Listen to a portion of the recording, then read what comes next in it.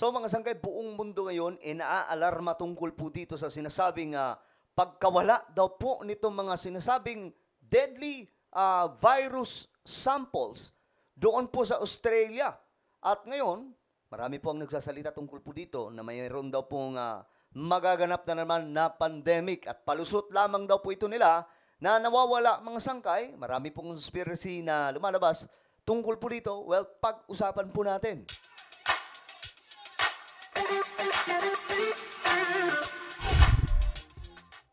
Hello, what's up guys? Good day. Sa mga hindi pa po nakakapag-subscribe dito sa ating channel, makikita nyo po yung subscribe button sa ibaba ng video na to. I-click nyo lamang po yung subscribe, i-click nyo po yung bell, at i-click nyo po yung all. Sa mga nanonood naman po sa Facebook, i-follow nyo po yung ating Facebook page, alright? Shoutout po sa lahat ng mga Solid Sangkay. Mag-comment po kayo sa ibaba ng hashtag Solid Sangkay kasama po inyong mga lugar para magkakilala po tayo dito. Ngayon ito kasi yung balita mga sangkay. Kumakalat po ito. Nito lang.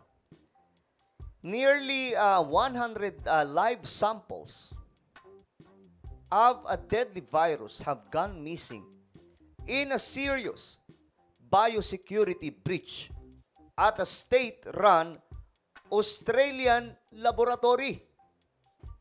Isipin nyo kung gaano arami.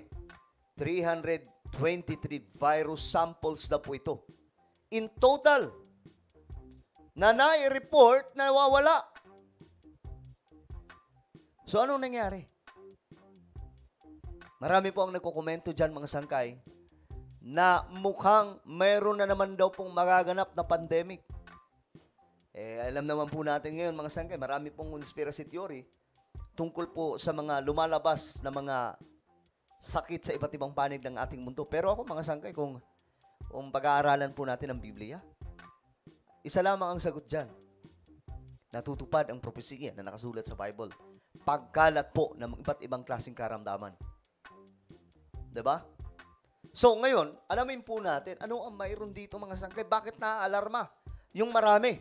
At kung totoo ba ito? Ngayon, hanapin po natin dito, mga sangkay. Tingnan natin kung gaano katotoo yan.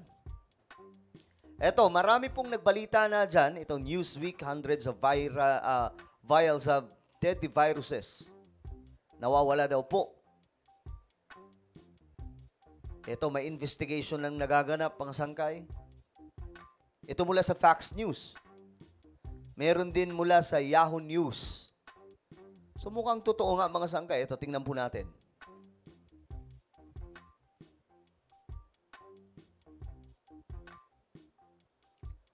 Hundreds of deadly virus samples are missing from a laboratory in Australia. Ang Queensland government ay nag-announce daw po nito lamang. So ano naman kaya ang plano ng mga to, mga sangkay? Ang dami pa naman ngayon nagkukomento tungkol sa sinasabing pandemic na naman. May magaganap na naman daw pong ganong klaseng event dahil nga po kunwari lamang nawawala, mga sangkay, pero ang totoo daw, pinapakalat na.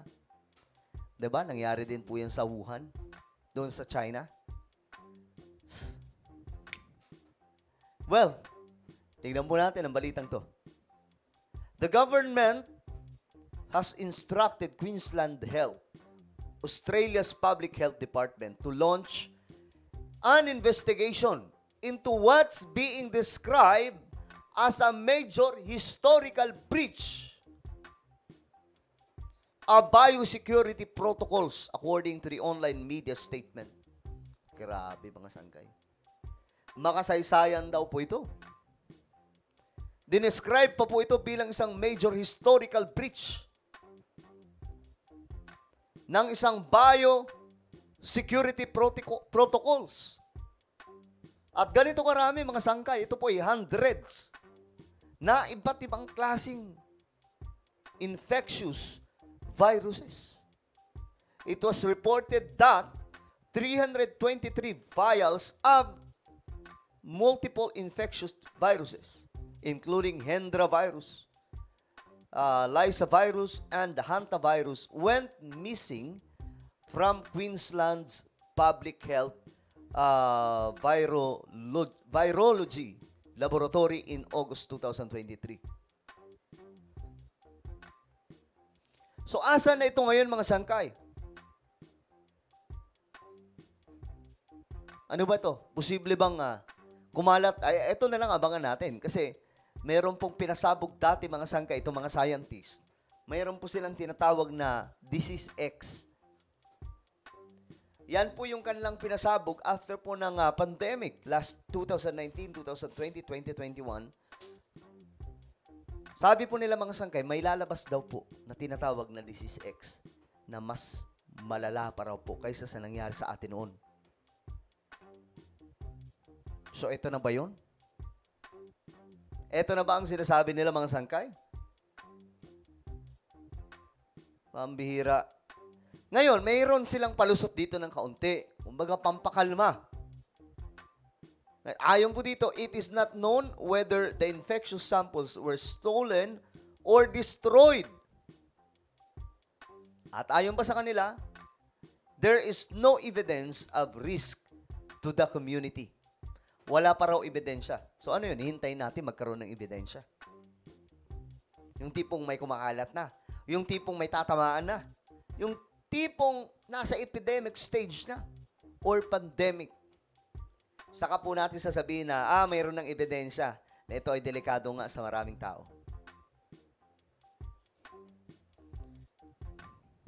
At ang hindi pa po nila alam mga sangkay, kung itong mga nawawala, sinira ba, o kinalat mga sangkay, o ninakaw. Dalawa lang, ninakaw daw po o sinira. O ang isang tanong pa dyan mga sangkay, madali lang naman eh.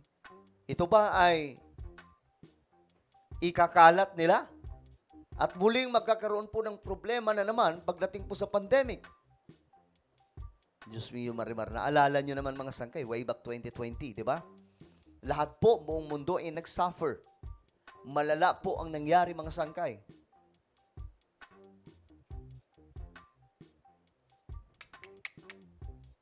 Kung babalik po tayo doon mga sangkay, medyo mahihirapan na naman ang buong mundo. Kaya minsan mapapaniwala din po tayo sa mga conspiracy theory na sinasabi po nila mga sangkay na ito daw pong nangyayari ng pagkalat ng iba't ibang klaseng karamdaman ay gawa lamang daw po ng tao.